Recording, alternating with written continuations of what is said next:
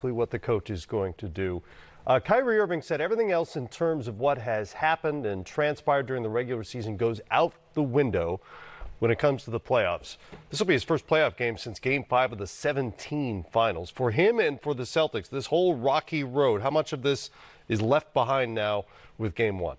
I can't say everything's left behind because what the regular season does is it prepares you for the playoffs. You build off of it. Your habits that you build, you take that into the playoffs. So if you have good habits, you'll be taking that into the playoffs. If you have bad habits, you'll be taking those into the playoffs. So I can't say that the regular season doesn't matter or once you get to the playoffs, it's a whole new ball game. The game definitely changes, but how you've prepared definitely impacts how you play in the playoffs. Yeah, Brendan, you make a good point. I think if this team in its core was the same team as last year, then maybe you could, in a way, say, okay, you know what, they can flip the switch. Or if a team has won. Right. We've seen examples where teams have won. Some of the Cavs teams, you played on those Cavs teams. Golden State, there's a confidence there that they have the ability to flip that switch. Mm-hmm. One, this team is still trying to get to that level. They're trying to get to that championship level. They got close last year, but came up short. And all the pieces are different roles. And we always kind of thought at the start of the season, by this point, they would have figured it out. They really kind of haven't figured it out to the level that we thought, or the expectation level going into this season. So, yeah, I don't think that you can just flip the switch and expect everything to be okay. There's still going to be that residue from the regular season carried into the postseason. I think they can potentially gain confidence if they start playing well, take care of business against Indiana, and move on. But those issues that have been there, they will continue to be there, in my opinion. Well, Boston has won 6 of 8 to close out the regular season, but the rotation's going to change because of Marcus Smart's absence. He had the oblique injury a week ago. He's expected to miss at least the first round, likely the second round if Boston were to advance that far. But Danny Ainge said something interesting, a guy who's not only been through a bunch of playoff series as a player, but as an executive as well, is that come postseason time, guys generally come together a little better and are more willing to accept whatever role the coach assigns them. Can that happen that quickly? Yeah, I think there's truth to that. I think if you went into the regular season this year, you had a lot of players who were forced or asked to do more in the postseason last season and stepped up. And then you had some good players coming back. You had some injuries. And so there was just a lot of sort of let me establish who I am. Mm-hmm. And the role definition was not quite clear. I think, Brad Stevens has tightened his rotation. He tightened it down to 9, I believe. This is before Marcus Smart got hurt.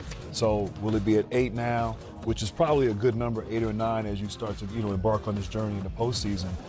But yeah, I think now it's about trying to win, and it's about trying to, advance and get to get ultimately to the finals. And so, in theory, yes, you can accept your roles. The question is, will it work? And that remains to be seen. Hey, G. Hill, in theory, yes, sometimes you can accept your role, but we know theories sometimes don't work when we talk about players and their personalities and their situations. Hey, if you're not happy with your role and you haven't got paid yet, guess what? I don't care what the theory says or what Danny Ainge is talking about, you're not going to be happy. Or if you're somebody that's trying to be established as an all-star, you're not going to be happy with your role. So sometimes it works out. A lot of times that's why they like to have good veterans on teams to help guys with their roles, or guys that have already gotten paid and they're on the back half of their career. They say, hey, we just want to win. But sometimes winning, I've learned that most NBA players want to win their way, especially when they're young.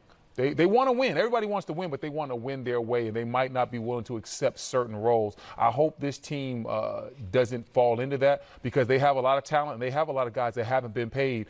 And at times when you watch this team, they look disjointed because the roles aren't clearly defined. And so they're definitely going to miss Marcus Smart. He gives them that toughness, that grit, that two-way guy. He's improved his shot a lot, and defensively we know he's top-notch. So they're going to miss him, and it's going to be interesting to see how they blend certain guys. Well, interesting to see also if the specter of the summer upcoming with all the free agents on this roster. Al Horford can opt out. Everyone talks about Kyrie Irving, obviously, if that hangs over this playoff series as well for the Celtics. They also made a lineup change late in the season with Aaron Baines becoming the starter.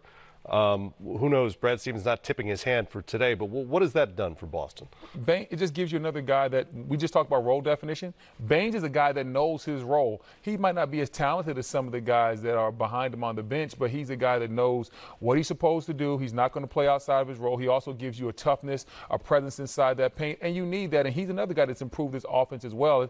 He's not going to go out there and wow you with his offense, but you just can't leave him open either. So I think every team sometimes needs guys like that, guys that say, hey, I know what I'm out here to do. I'm not out here to score. I'm not out here trying to get 40 or 50 points. I'm just going to play my role. I think that helps. Yeah, it helps big time. I mean, obviously, as you said, he's a dirty work guy, but it also helps the other guys. It helps a guy like Al Horford. Al Horford can go against smaller power forwards and, take advantage of his size as opposed to banging against centers, which he had to do most of the season. And the chemistry that those two have on the court together, that is a holdover, I think, from last year. So as Baines is sort of rounding into form, it certainly looks good. I like putting him in the lineup. He has a role. He understands what his role is, but Al Horford plays well off of him, and Al can expose those mismatches in the post and, of course, outside on the perimeter as well. Celtics were the number 6 defense in the NBA in the regular season. The Pacers were number 3, though not nearly as good since Victor Oladipo left the lineup. Remember, he ruptured the right quad tendon in his knee in January. He had surgery on January 28th. The Pacers were 16 and 19 down the stretch in his absence, playing basically net zero hoops. And obviously, if you're a Pacers fan, you'd love to have Oladipo in the lineup, but without him, what kind of margin for error does Indiana have on both ends of the floor? It's very slim. I mean, Oladipo is that guy, that closer for Indiana, much like Kyrie Irving has been, or even Jason Tatum at times was last year in the postseason for Boston. But it's a collective effort. And I think during that time, if there's any positives that have come out of that for Indiana, 7 players are averaging between 8 and 14 points. So it's not going to be one guy, although Bogdanovich has been sensational as of late. But collectively as a team, playing together, stepping up, which is hard because I do think you get to know each other in the postseason. You can take away first, second option. And a lot of times you need that guy or two who can go get you a basket. And Indiana really doesn't have that guy with the current lineup that they have right now. Yeah, and I think you hit it right on the head. It can't be one guy saying, oh, I'm going to take it all on my shoulders and I'm going to try to emulate and beat Victor Oladipo. I think they've done a good job since he's went down of everybody stepping their play up a little bit. And whether it's Miles Turner or whoever, they just find a way to step up, and collectively they play better as a unit. You have to give this coaching staff and Nate McMillan a lot of credit. They did not allow the team to feel sorry for themselves and just say, oh, our best player's out and we're going to drift away. No, they've continued to thrive. They've played good, very good basketball. And I think we're going to see them play very well in this series because it's not like it's a fresh injury to Victor Oladipo. So it's not like guys are trying to figure out the day before the playoffs, how do I adapt? They've been without him for, a couple months now. So they understand, hey, these are our roles. This is what we're going to do. And collectively as a unit, they've all raised their game and stepped up. Could it be like last year when Boston, when Kyrie was out? Yeah. And they figured out how to play without him? That's right. Had a nice run. Yes. I could definitely see that happen. We'll find out soon enough. Boston took 3 of 4 in the regular season. Game 1 of the postseason begins this afternoon.